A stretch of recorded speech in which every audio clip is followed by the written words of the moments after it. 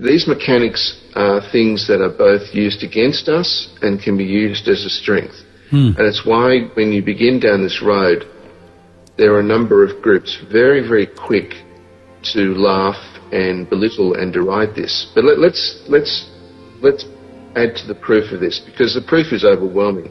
Let's talk about the instrument that is used to convey property. Now, when I want to convey property, I don't use a normal contract. I need to use a deed. Yes. Yes? Uh-huh. Now, what makes a deed so special, and why does a deed need to be notarized or needs to be witnessed by someone in an office, in an ecclesiastical office, such as a notary? I don't know that.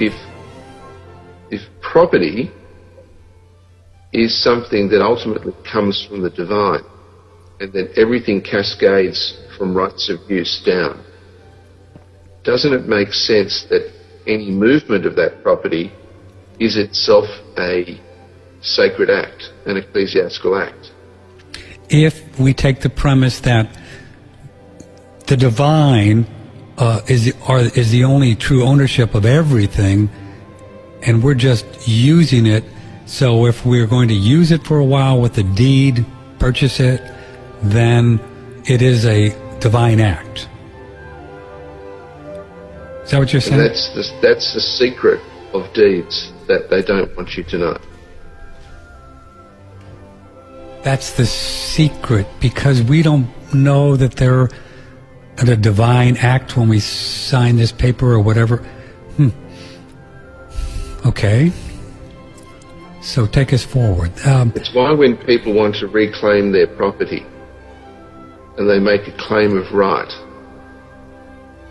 that document, unless it is written correctly and in this knowledge, may not be ecclesiastical.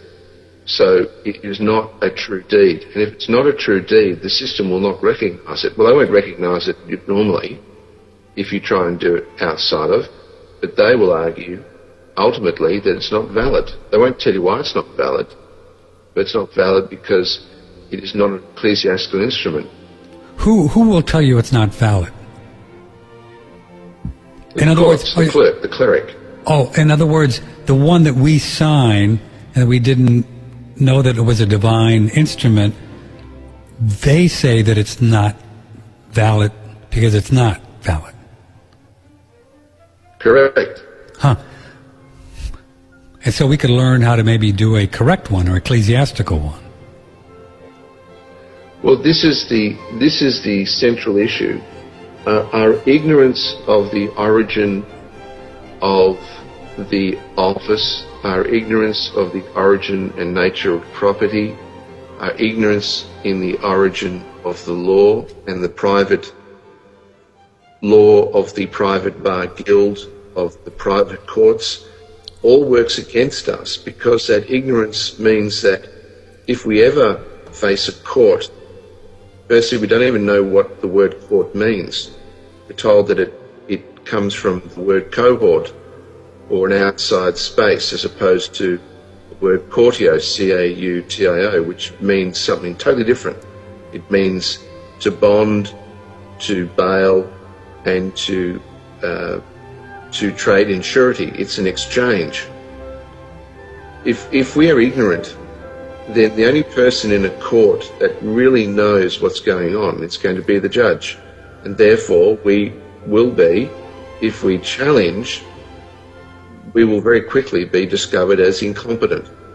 And that's exactly what they want us to be. They want us to remain incompetent in law.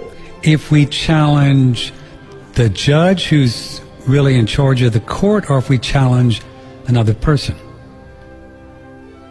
If we challenge any aspect of the process, the charge, the fact that they're going to assign our home to a bank, or our car to a finance company, or take our children from us, our ignorance and then our anger, because when one is ignorant and really doesn't know what's going on, but does know that you're about to lose your children, one gets angry. So they use our anger and our ignorance against us every time. Because if we challenge anything in this court, why do we automatically lose? We lose because we don't even understand the power of our withdrawing our consent. Withdrawing we don't our... understand that our oath is the thing that they need to make what they do lawful. We don't even understand that we can even stand and say, when they give us a choice of nothing, take one poison or take another poison, that we will comply, but our compliance does not consent. That if we remain in honour, and if we even have an essential knowledge, then there almost isn't a single charge or court case or suit they put against us that ultimately can be successful. Because when they put us in their courts, they are making money. It is a money-making business. So if a judge asks one if they plead guilty or not guilty, that's like picking two poisons. Well, it does appear, but a plea, we talk about, again, things that originate from a time much earlier. What they don't tell you is that when you go to a court, you're dealing with form of law like a cake. So there's a base that comes from Anglo-Saxon, there's a middle there that comes from common law, and there's a surface at the top of it that comes from commercial law since the 30s. But the base of it is that all law is oral, all law is vocal, and that our oath is our bond.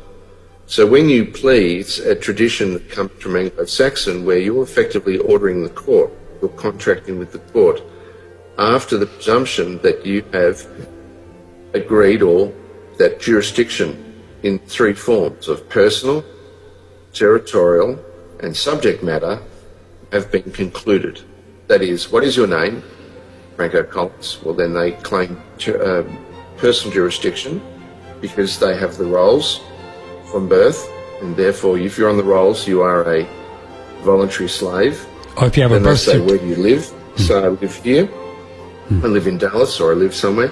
They've got you on territorial. And then they simply say, do you understand the charges against you? And the word understand means understand, under their standing. Yes.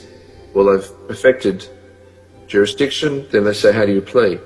We are not taught that there is a concept from the very, very beginning that says, I plead demurrer.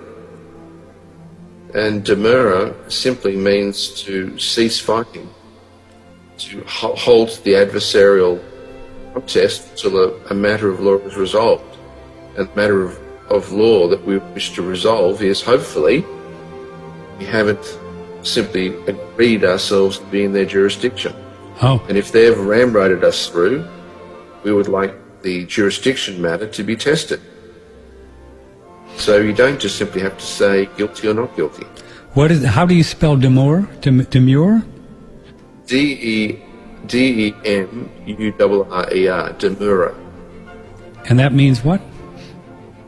To halt proceedings until a matter of law, until an interlocutory matter has been resolved. So, if one has a birth certificate and then repeats that name in a court, that's other than the best thing because? Or if you have a birth certificate, then that is a certificate issued by them, by the registrar acting as the keeper of the rolls. So they are claiming your name as their property, and they're claiming the event of your birth as their property. So if one wishes to challenge their jurisdiction, one needs to prove that you have been registered and that the property is contested